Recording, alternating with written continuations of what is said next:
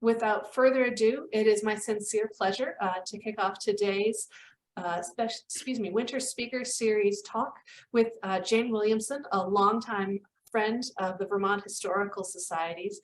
Jane was the executive director of the Rokeby Museum in Ferrisburgh for over 2 decades, and she's the author of numerous excellent articles in our peer-reviewed publication, Vermont History, on the subject of the Black experience in Vermont, including a previous article over a decade ago that launched her into this particular avenue of research that she's going to be speaking about us today. We have asked Jane to speak here today on the topic of the lives of African Americans in Vermont from 1790 to 1870, in part because of the way that she uses historical sources to uncover the histories of people who may have been historically marginalized in the primary source record, and how she is doing that crucially important archival work to bring those stories to us today. So it is my pleasure to turn this talk over to Jane. I'm going to be turning off my video and my microphone, but again, please use the Q&A function or the chat to reach out at any time. And Jane, thank you for being with us today. Thank you. I want to thank Amanda and the Historical Society for inviting me to speak today. I'm happy to share my research, and it's always a treat to talk about the history of Black Vermonters.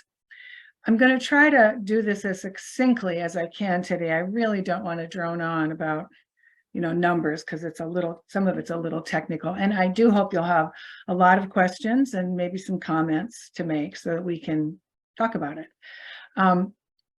Before I dive in, though, there's one important contextual piece I want to emphasize.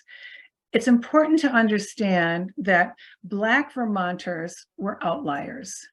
Who chose the country over the city. Now, Northern slavery had been concentrated in the city, so that's where a majority of newly freed people lived as Northern slavery died at the end of the 18th and beginning of the 19th century. And those that didn't live in cities tended to move to them, to Boston, to Philadelphia, to New York, where Black communities were well established. Even the 2 other northern New England states had cities, Portland and Portsmouth. Maine and New Hampshire were also mostly rural, but Vermont had no city at all. No welcoming Black enclave. So it seems that the folks who moved to Vermont were looking for something else, maybe land. Where would they get the capital to buy land? How would they negotiate life in an agricultural economy and being surrounded by whites? So that's just a little background piece. Now I've cut my research up into 6 parts: where I'm coming from, what I wanted to know, what I did, what I found, what it means, and what comes next. So starting with where I was coming from at the time was Rokeby Museum, where, as Amanda said, I worked for many years. That's when I began this research. You probably know that Rokeby is a National Historic Landmark underground railroad site and one of the few places in Vermont that interprets African American history. Our visitors often asked about what life was like for African Americans in antebellum Vermont. I'm sure they still do. A place with very few Black faces, but we really had no good answers. So it was largely out of frustration that I decided it was time to see what I could find out and begin to explore this topic in Addison County. So what did I want to know? Well, I wanted to know pretty much everything. I wasn't sure I was going to find it. I wanted to know what life was like for Black Vermonters in the most fundamental way I could. To what extent were they integrated into community life, given that they always constituted a tiny portion of the total population and that racial prejudice was widespread? Did they own farms or homes? Were they able to marry and raise families? Were their children educated in local schools? Did they vote in town meeting? Did they belong to their local church? I knew that I was not going to find archives full of letters and diaries and personal artifacts and photographs, the sort of artifacts that help us to know people from the past intimately. And that meant answering these questions was going to be hard going. So what did I do? I began by carving out a manageable area, Addison County, which is where Rokeby Museum is located. And because my perspective was pretty Rokeby-centric, I also added the Chittenden County towns of Heinsberg and Charlotte, which abut Ferrisburgh, where Rokeby is located, and are much closer than, say, Middlebury or Bristol at the other end of Addison County. I set my time frame, originally 1790 to 1860, which I've now added up to 1870. And then I started with the usual public records, as you probably know, beginning with the federal census. The census supplied the basic data that would form my universe. I analyzed the gross population data by household type, number of independent households, and total population for each town to establish an overview. I then compiled a roster. The census data turned into a roster listing every independent Black household, a total of 104 names. And I began to search for these men, women, and families. Armed with this list, I hit the town halls.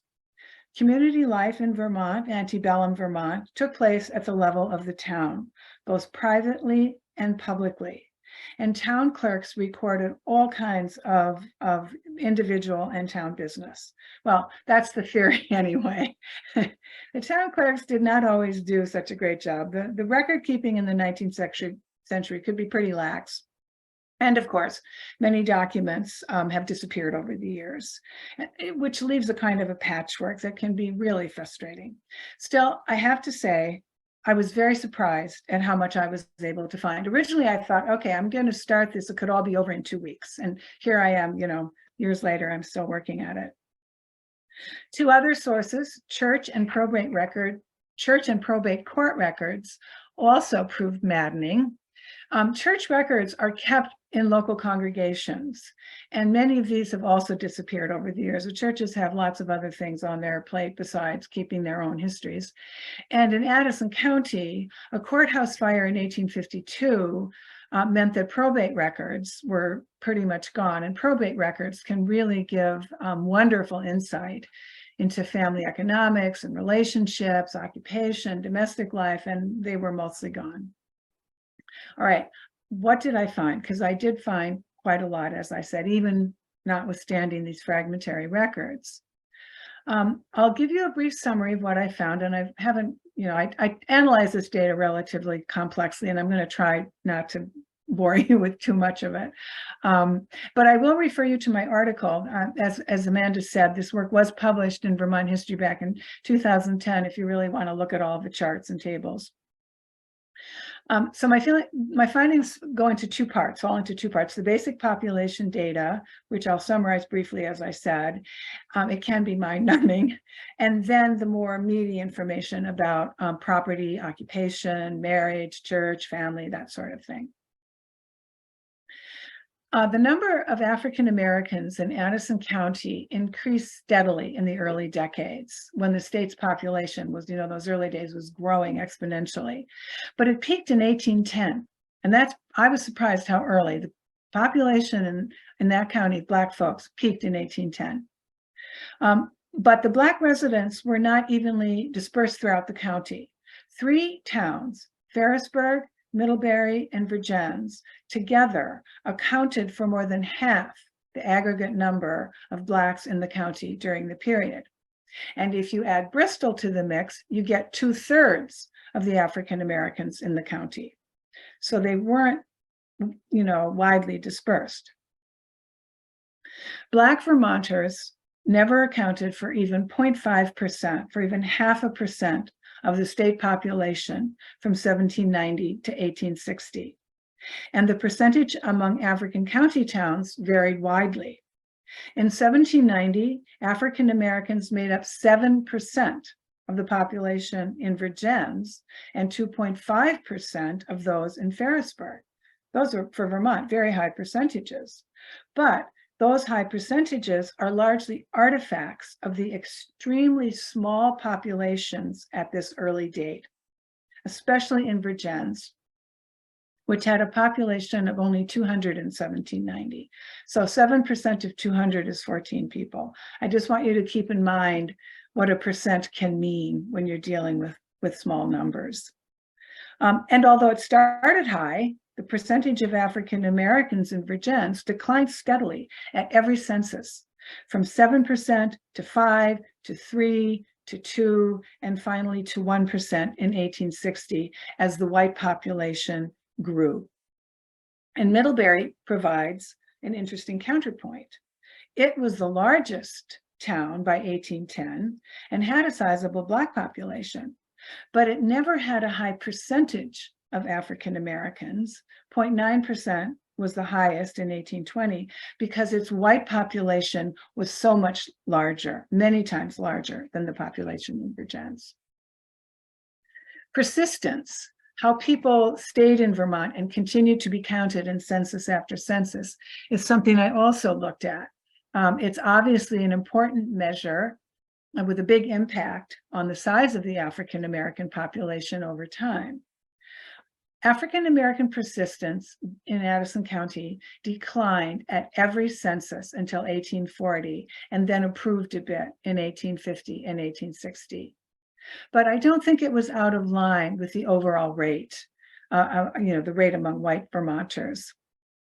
Remember, Vermonters were a famously mobile lot at this time, and many were moving west from the earliest period of settlement. In the end, though, very few Black families stayed in Vermont through several generations. Okay, now I'm going to move on to property and some of the other occupation issues, starting with property and occupation. Land, that was the great attraction of northern Vermont, the end of the 18th century. It drew thousands of settlers, and Addison County was attractive, especially because of its fertile soil. The majority of white migrants acquired property and established farms. This was a rural state with an economy based solidly on agriculture. So what about the Black migrants in that great period of settlement? Some Black households owned property throughout the period, and the number increased at every census. But the highest percentage of landowners, 56% of African American households in 1850 and 1860, was less than the rate among whites. Yet still, 56%, that was a percentage that really surprised me. Black landowners were concentrated in the towns with the largest Black populations, with one exception. Charlotte, Ferrisburgh, Heinsberg, and Vergennes all counted several Black property owners. Middlebury, on the other hand, the county's largest town and its commercial center, had exactly one, Prince King, who maintained a prosperous Middlebury farm from 1790 to 1860. I'm sure most of you are familiar with Elise Guyet's book on the Black farm families in Heinsberg, so I won't say much about them, just that this cluster of farmers prospered from 1795 to the Civil War. Another Black farmer, Primus Storms, purchased land first in Ferrisburgh and then in neighboring Panton. These three men and their descendants accounted for the majority of Black land ownership in Addison County, Charlotte, and Heinsberg during the period. So I think acquiring land in that early period was critical and definitely made a difference for the descendants of these first landowners. One more note, historian Jeffrey Potash, who wrote about agriculture in Addison County, made a definition of a subsistence farm. And according to his definition, all of these Black landowners built viable farms. I did find one man, Andrew Santee, who was an artisan and owned his shop in Bristol. So he was a property owner, but not a farmer. But he sold out and moved on after about a decade.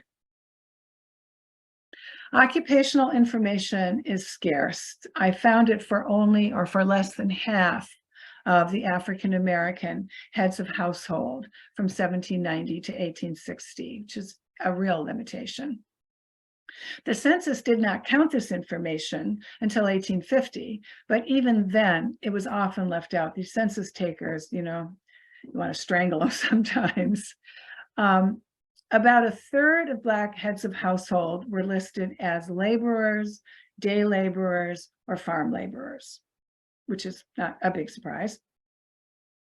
Now, 17 of the 104 heads of household that I found listed in the censuses were women. Only one female household head, Rachel Robinson of Virgins, had her occupation listed, however. She worked as a domestic service, no surprise. No doubt most of the other women did as well. But there was one Black woman who attained a measure of success. Camellia Storms, but Storms is who you're going to hear a lot about, was counted in the Stevens Hotel in Virgins in 1850, where she worked as a cook. The Virgins Vermonter, the local paper, described her as, quote, proverbially the best cook in all the region, and asserted that, quote, not a few of the choice dishes discussed at the Stevens Hotel were the results of her culinary experience and skill. Camellia Storms also owned property. She inherited land in Panton when her father died in 1842, and she owned a house, and for a short time, two, in Virgins. I'm going to go on to marriage and family. Most Black household heads in Addison County, Charlotte, and Heinsberg were married, 70%. Still, finding a marriage partner was not easy in a place that had such a small Black population. The inability to marry and form families thus not only resulted from the tiny population, but also contributed to it over time. And the population was not just small over time, but also declining. Some Black Vermonters did not find Black marriage partners.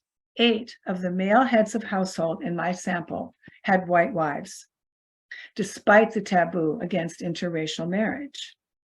Virgins, in particular, was home to 2 or 3 interracial families continuously from 1820 to 1860. The extended Storms family accounted for 4 of the 8 interracial marriages. All but one of the Storms' 5 sons married white women. Unlike some northern states, Vermont did not prohibit interracial marriage, and it was the inevitable result of a small African-American population living among whites. Now, as for community and civil life, I compiled information on voting, school attendance, and church membership whenever I could, which wasn't always. Vermont did not deny its Black citizens the right to vote, but the towns rarely kept lists of voters. So how many did actually vote? Really, you cannot ascertain this from town records. I did find Black men sworn in where you might expect: Heinsberg, Virgins, Charlotte. Virgins even elected a Black man as pound keeper twice, in 1834 and 1835. And I'll add as an aside that Virgins voters also elected a Black sheriff in 1879, which is outside my period, and then re-elected him all but 6 times until his death in 1907. African-American parents certainly understood the importance of education, and their children were free to attend district schools. School records in Charlotte, Heinsberg, Bristol, Middlebury, Ferrisburgh, and Panton all recorded Black pupils, including those from even the poorest families. The Panton School building was donated to the town by Susanna Storms. And I wonder, I think about these interracial marriages, I wonder if some of them did not have their beginnings in these integrated classrooms. Now, what about the church? The church was an essential center of community life and sociability in New England throughout the 19th century, and Vermont was no exception. Church membership also could serve as a badge of respectability, and it could be a source of mutual aid if it were needed. But again, records are sparse. I did find some Black members of white congregations in several places. A number of members of the Storms family belonged to the Baptist Church in Panton, and Henry Storms donated the land on which the Methodists built their church. The Clarks in Heinsberg were also active in the Baptist Church, and the congregational churches in Middlebury and Vergennes both recorded Black congregants. So they went to the white churches. Now, what does all this mean? This is the hard part, but you have to think about what all of this information tells us.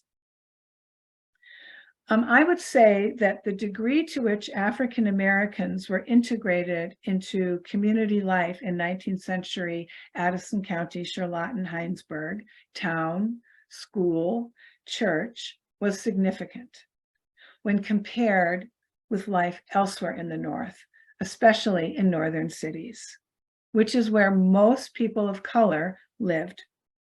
Historians have documented separate galleries in churches and other public venues, legal prohibitions against voting and intermarriage, inferior segregated schools, and squalid housing in cities throughout the North. But I think you'll agree that the evidence I gathered bears very little resemblance to that, the segregation in particular. What accounts for this difference? Before I answer that, I want to just say one thing, that I don't intend to contribute to an old notion of Vermont exceptionalism here. One that defines Vermonters as more noble, equality-minded, and fair than other Americans. I believe that racial attitudes in Vermont covered a broad spectrum, but with the majority of whites committed to the idea of Black inferiority as anyone. The big difference, I think, was the size of the African American population. By keeping white fear at bay, the small size of Vermont's Black community seems to have made segregation unnecessary, impractical, really, almost impossible, really. African Americans in Addison County were clearly not invisible to their white neighbors, but they were too few to raise an alarm. Racial prejudice was the norm in Vermont, as it was everywhere in the United States. But the impulse to act it out in harsh or violent ways was reined in by the small number of Black Vermonters. As long as whites felt no serious threat, their need to control their Black neighbors was kept in check.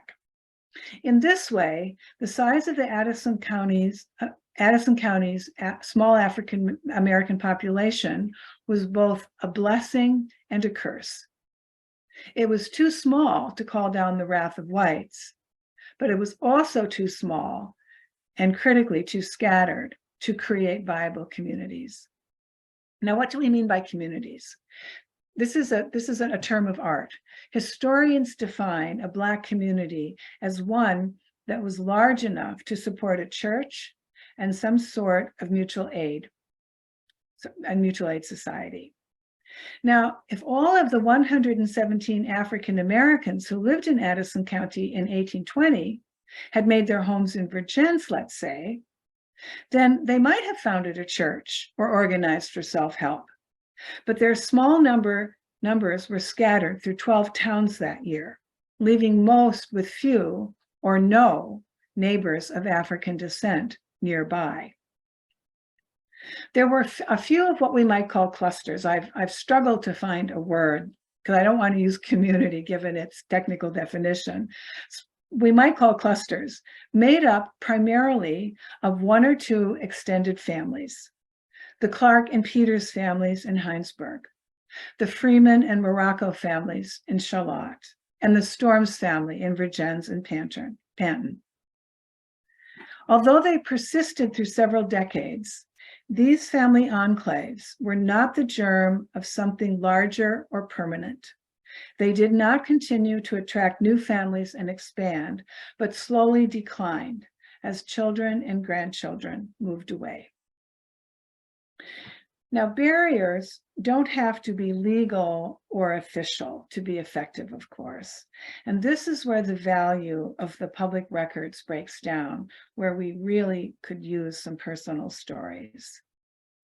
The public record tells us that 4 Storms brothers voted in Vergennes town meetings over several decades, but not whether they were jeered or cheered for doing so. That Cyrus Doby's 3 children attended school in Middlebury, but not if their classmates shunned them or welcomed them. Then, of course, the cross-racial experiences of Black and white Vermonters would have been utterly different.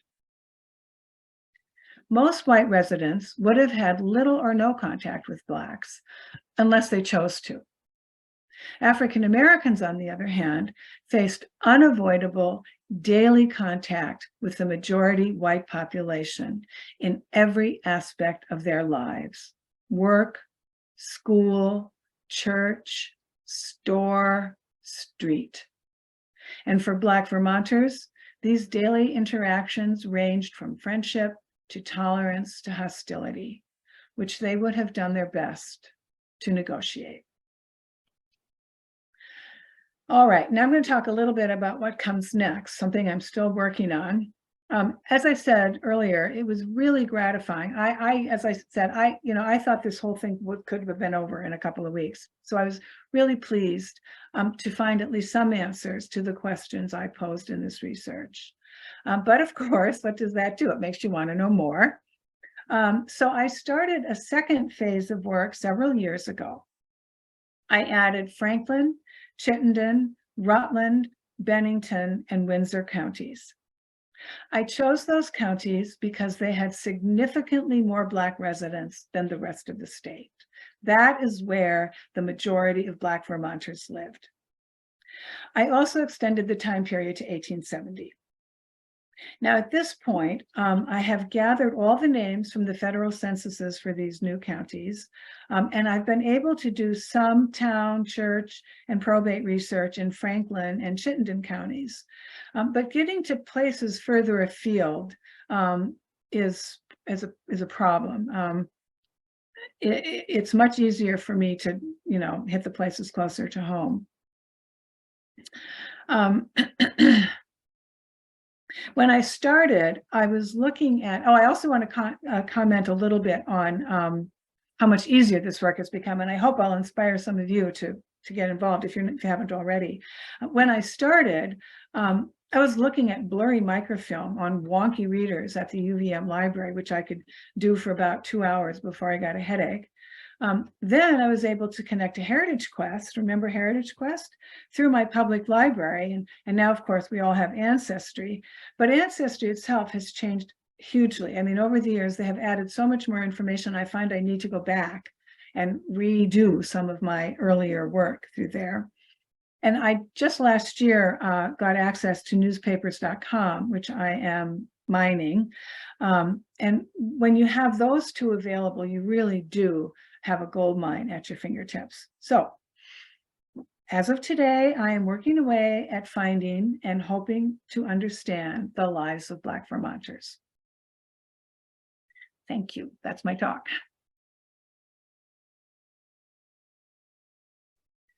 Thank you, Jane. I'm gonna get us open back up here.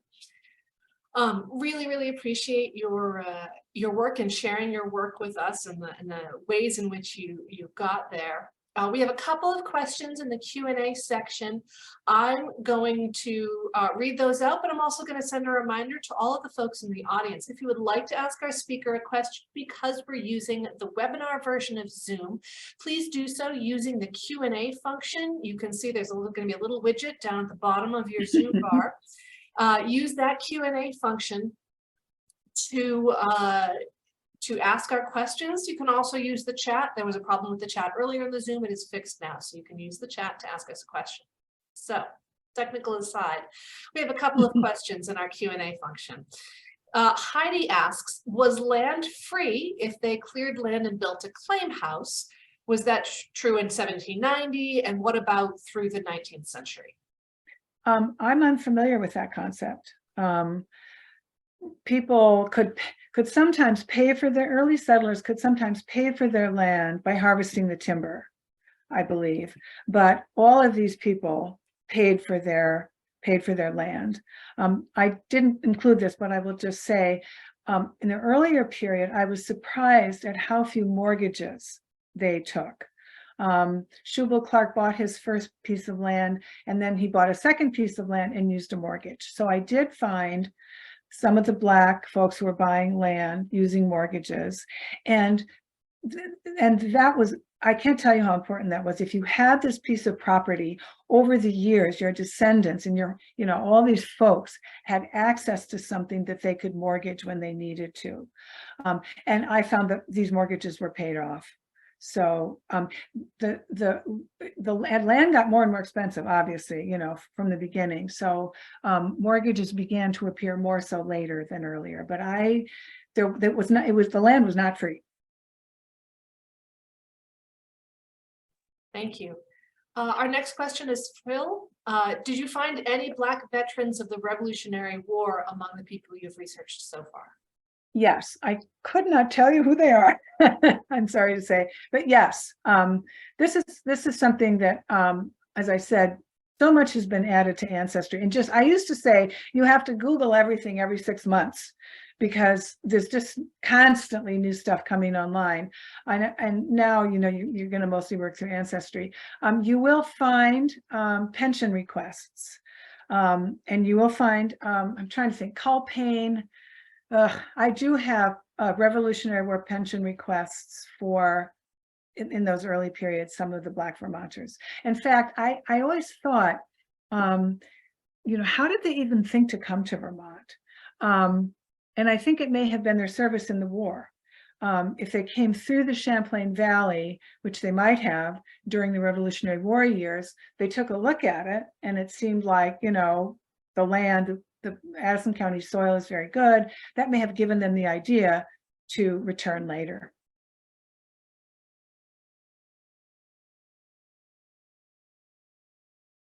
I can't hear you. Yeah, I did the thing. You'd think after Okay. several years, we'd all be used to unmuting. Got a bunch more questions. Dawn would like to know if Black Vermonters were involved in the abolition movement in Vermont. I'm glad you asked that question because it's something that I for years never found. And this is, thank God for all this new stuff that's online. I found 1834, 39, somewhere in there, a newspaper story.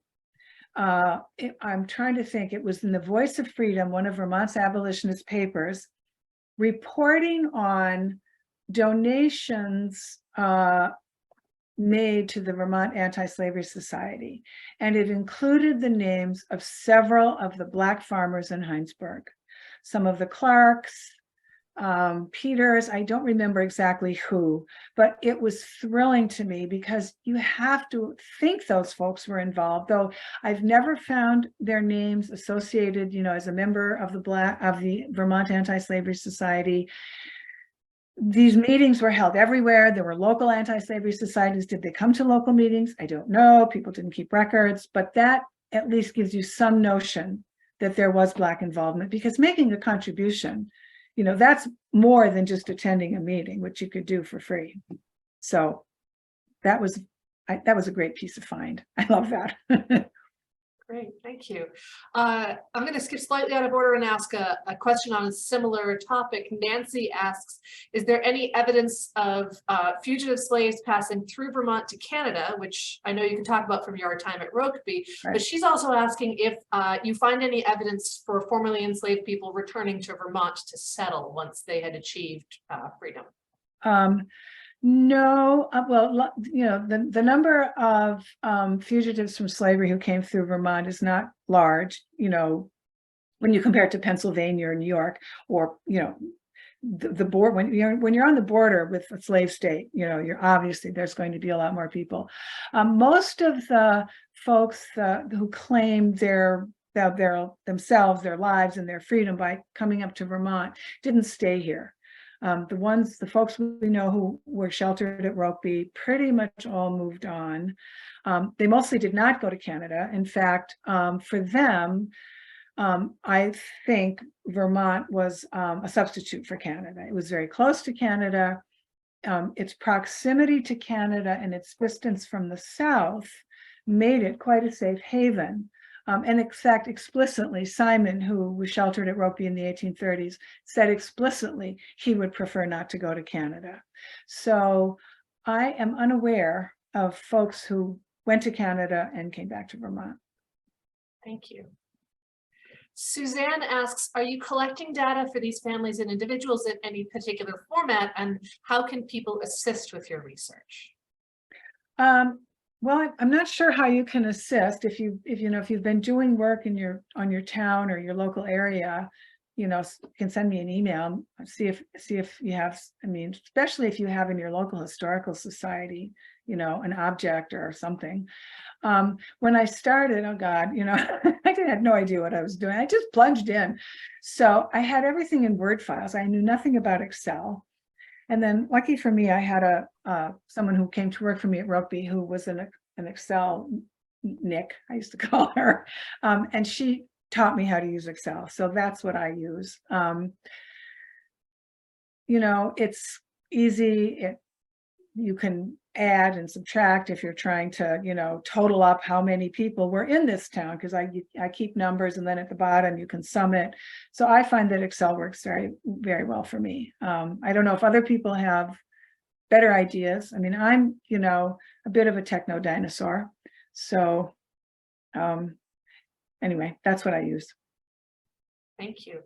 And I will add to that question that among the questions and answers, we have a number of people who are offering some leads for you. Oh, good. Resources. Give them my address. So I'm going to make sure all of that, everyone who has offered a lead or a source or something like that, I'm going to make sure all of that gets to Jane, and we'll find a way to share Jane's contact information with you as well. If you'd like to be in touch with her directly, we'll take care of that off the Zoom. But I just want to give a shout out to, there's a number of helpful people offering things in the Q&A section. So just adding that now.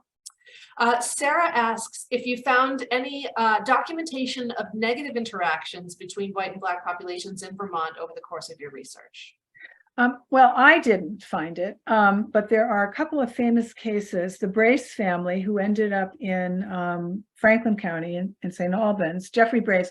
Well, it's a wonderful book. If you haven't read it, The Blind African Slave, you must read it immediately. This is the most remarkable story. A man who was kidnapped out of Africa, 1740s, 50s, and ended up living in Vermont.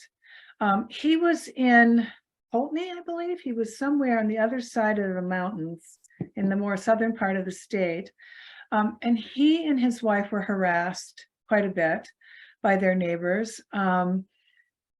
A town selectman and a wealthy widow tried to indenture their children against the Brace's will, essentially to take their children from them. And remember, the famous Vermont Constitution did allow childhood slavery. So if they had gotten their hands on those kids, it could have been hard to get them back. So they moved, they left. The other well-known case is Lucy Terry Prince, who was also harassed. They were landowners in Guilford. They were also harassed by neighbors, and she took her case. She sued. She's one of the most remarkable Vermonters ever. She went all the way to the Supreme Court defending herself. Now, I expected that I might uncover similar cases in Addison County, Charlotte, and Heinsberg, but I have to tell you that I didn't. Doing newspaper research, I have noted in Windsor County, there was a newspaper, and in Franklin County, there was a newspaper that seemed to consider Black residents as fodder for nasty jokes, which is a form of harassment. But I don't, it wasn't, I haven't found it in the newspapers. unless it went to court, and then court, getting court records, they're not indexed in any way. So it's very hard to find that information. The two cases that I mentioned, one was in a book and one was a pre-Supreme Court case. So I'm sure there was harassment. How bad or whatever, I don't know. Yeah. I'll give a quick shout out that Tori Hart from the Vermont Historical Society has dropped in the chat a couple of links where you can read more about Jeffrey Brace, including a link to his memoir that is now part of the public domain. And also say that Kari Winters has published a book giving a lot of context, has republished that manuscript and added some historical essay context, and that is available as a currently published book. But the original manuscript of the originally published piece is available on archive.org, and the link to that is now in the chat for you to take a look at, as well as some other Vermont Historical Society resources around Jeffrey Brace in particular. I think, I apologize, I'm jumping around the questions a little bit. I'm trying to move by theme here because there are a lot of questions, but I'll follow up on something that you mentioned about indentured servitude, Jane, which is that Angie asks that at the Ethan Allen Homestead Museum, they receive a lot of questions about Black laborers in early Vermont, and specifically their status, whether they were free or enslaved. Can you speak to what you were able to ascertain in your research about the sort of that spectrum of, as you say, adult slavery was outlawed per the Constitution, but as we know from other research, there were certainly Black Vermonters who were held in conditions that were more or less enslavement, despite what that law said. So can you shed some light on this complexity for us? Yeah, well, indentured servitude was primarily white folks, and it was earlier in American history and earlier in the 17th and 18th centuries, mostly from the United Kingdom, from the British Isles, coming for 7-year periods. And in that early period, the racial aspect of American slavery was less pronounced, and very often white indentured servants and enslaved Blacks would gang together. I mean, they were cohorts. They were, felt similar oppression. I did not find people. I mean, they're the famous cases. There's Dinah in Windsor. Descendant of the Allens in Burlington held someone enslaved into the 19th century. The people that I found some interesting things. The Storms family that I mentioned several times. This was a large extended family. They came. They were brought into Vermont, the Basin Harbor area in Ferrisburgh, around 1800 with the Rogers family. The Stormses were enslaved in New York. They came from the Fishkill area, and the Rogers family, I can't think of the first guy's name, Platt Rogers, brought this family of 5 with him as enslaved people. Very soon, they were living on their own, and Primus had purchased land. How did that happen? Similarly, this is also in Ferrisburgh, from Rhode Island, Mingo Niles, who was a very close associate of the Robinsons, he was really almost part of that household, though he didn't live there. He ran their garden for 30 years. He was enslaved in Rhode Island and was given to a young woman, as a wedding gift, which was a thing they did, when she married Thomas Champlin, and they then moved to Vermont. And Mingo, the next thing you know, is no longer in the Champlin household, but living on his own, though he never acquired property. So there was this transformation that took place, and I don't know how it worked. It just intrigues me how, why did Platt Rogers bring this family of 5? Was it his intention for them to be emancipated, given the situation in Vermont? I don't know. You can see that it happened, but it's very hard to figure out how. And what it suggests is that, somebody who brought an enslaved person and decided not to release them could maybe get away with it, as we have seen. Yeah, thank you. On a purely personal note, I think this is an area that's ripe for so much quality research, Right. especially in those first maybe 2 decades of the 19th century. As you say, there's so much, there are so many questions in the bare facts of the historical record. And Harvey Amani Whitfield published a book a number of years ago with us in which he started to look into some of those complexities. And I know that his conjecture when we were publishing his research was always, there are so many more stories that we need to do a lot of work to uncover in those early parts of Vermont. We just saw this fall with the ballot initiative to finally remove that slavery language from the Vermont Constitution, but we know that it was in some cases disregarded in reality on the ground, especially in those first 2 decades of the 19th century. So there's more work to be done there. Dawn asks, related to the question of Black Vermonters being involved in the abolition movement, is there any question of African Americans in Vermont being involved in the spiritualist movement, since spiritualists are often closely associated with progressive movements of the time, temperance, women's rights, and etc.? I have never, I mean, I haven't studied spiritualism. It's a big topic at Rokeby. The Robinsons were spiritualists, and Anne King, who lived in their household, they were very devoted spiritualists, and we have quite a bit of primary source and other material on the subject, but I am unaware of it. I mean, there's a couple of books that I've read. Anne Braudy's book on spiritualism does not mention it. It's a very tricky subject because the folks who, it was regarded by them as a religion, and they were so sincere, and they maintained their sincerity and belief after it was exposed as a hoax by the famous Fox sisters. So I have never found anyone. That doesn't mean anything, there's a lot that I haven't found probably. And again, in Vermont, you're dealing with such a small group of people. Yeah, don't know. There's a lot more in the, and as I said, everyone who's offering resources, I'll copy them and I'll get them to you. You're gonna have your next 10 years of research. Oh, got here, which is terrific. Please keep it coming. Thank you to everyone. I'll also add that there's been some further conversation in the chat, providing other resources and some links to other things where you can take a look at, in particular related to Jeffrey Brace's story. So there's more there. Jana, here's a question from Mary. She'd like to know how you use the Henry Sheldon Museum in Middlebury in your research. I went through everything. I went down there. I'm trying to think what I found. I found a letter from Andrew Storms in the Fred Woodbridge collection. I did not find a lot. Boy, is this Mary Manley? Mary, I can't remember. I don't know if Mary's with us here today. This was Mary O'Neill, the question asker. I don't remember. I went there, obviously. It's a fabulous place. I love it. But the letter that I found was very interesting. Andrew was one of the children of those original Storms family. And he was in Chelsea attending an academy.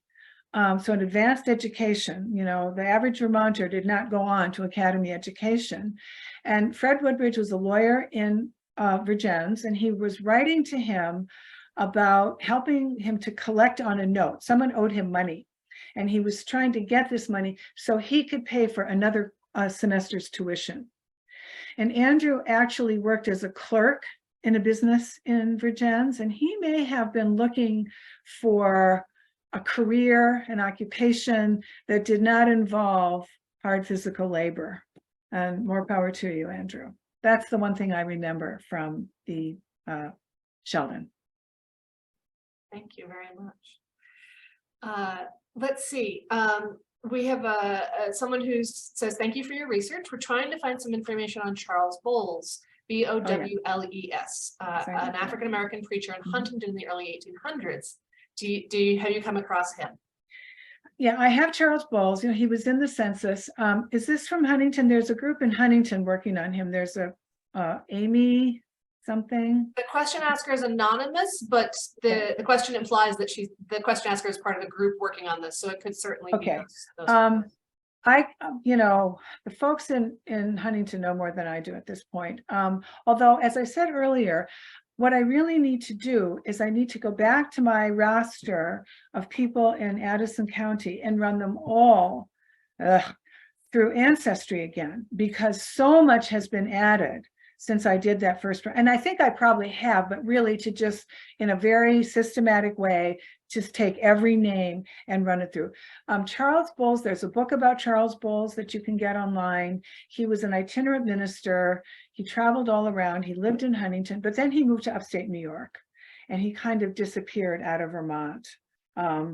So I'm afraid I don't have a lot about him.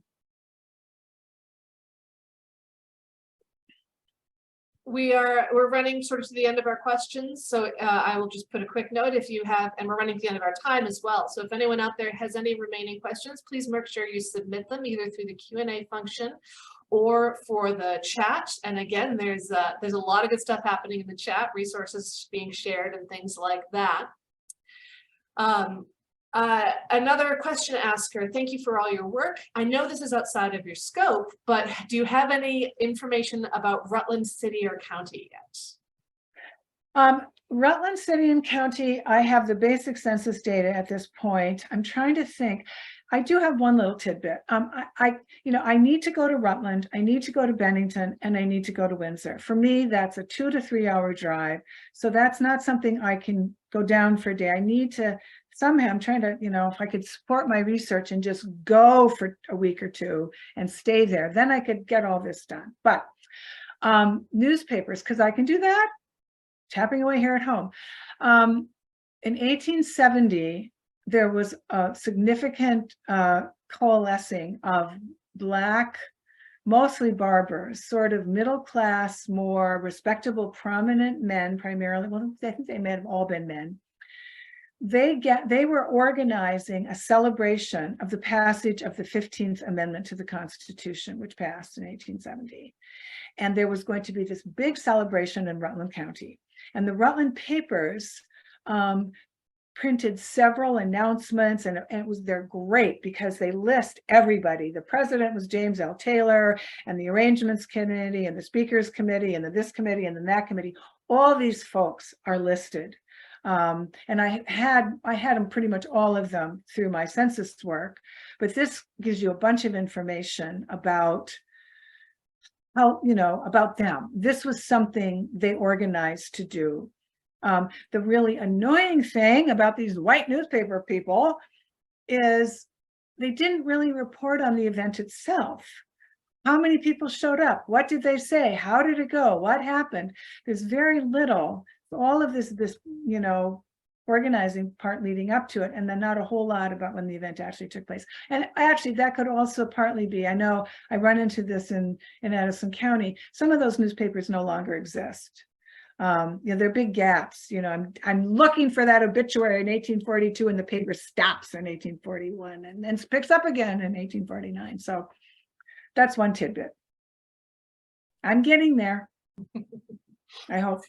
Thank you so much. That is the end of our questions in the chat and in the Q&A section. As I said, everyone who's offered information, I've copied it separately for Jane, and we'll be sharing that with her, your leads and suggestions and ideas and things like that. So we're going to close our program today. Jane, thank you so much for joining us today and sharing your ongoing research, and for doing this crucially important work to explore the lives of Black Vermonters in the early part of the statehood of Vermont. We will have you back every 5 years and see what more stories you've uncovered for us and to contribute to the history of the state. For everyone, technical note for everyone, this has been recorded. As soon as the transcript is finished, for accessibility reasons, we will be sharing it on the YouTube channel. And you're certainly free to reach out to Jane and to offer your ideas and things like that going forward, and leads or your help and support. As she said, there's a lot of work to be done. Yeah, can I just say, I hope you will go do this work. I mean, I will tell you that you're going to find something. So. Yeah. In fact, last week, just thinking of your work, Jane, I was looking at Washington County census rolls, which is, my home county, and finding stories that that need to Right. be told. And that's one of the counties I'm not doing, so you have to. All right, we're on it. We're on it.